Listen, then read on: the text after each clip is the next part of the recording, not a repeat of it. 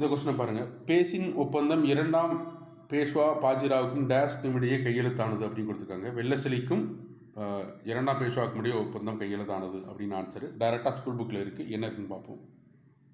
11th history புக்கில் இரண்டாம் மராத்திய போர் அப்படிங்கிறதுல நானா பட்னாவிஸ் மறைவுக்கு பிறகு பெரும் சொத்துக்கள் சிதற வழிவகுத்தது. ரகுநாத் ராவின் இரண்டாம் பாஜிராவ் ஆட்சியிலிருந்து இறக்கப்பட்டார். அந்த சொல் இரண்டாம் பாஜிராவிற்கு ஆங்கிலேயின் உதவியை ஏற்க வேண்டிய கட்டாயம் ஏற்பட்டது. அப்போதைய கவர்னராக இருந்த வெள்ளசிலி பேஷ்வா மீது துணைப்பட திட்டத்தை திணித்தார். 1802 பேசின் ஒப்பந்தம் கையெழுத்தானது. இதுதான் கொஸ்டின் கேட்டதான். சரிங்களா? 26 லட்சம் வருமானம் ஈட்டக்கூடிய நிலப்பகுதியை கொடுக்க வேண்டும். முன்னிருந்த மராத்திய அரசுகள் பல மோசமான ஒப்பந்தத்தை ஒதுக்கி தள்ளின. இரண்டாவது மராத்திய போர் மூண்டது. மராத்திய கடும் எதிர்ப்பை காட்டிய போதிலும் மராத்திய தலைவர் முற்றிலும் அளிக்கப்பட்டனர். துணைப்பட திட்டம் ஏற்கப்பட்டது.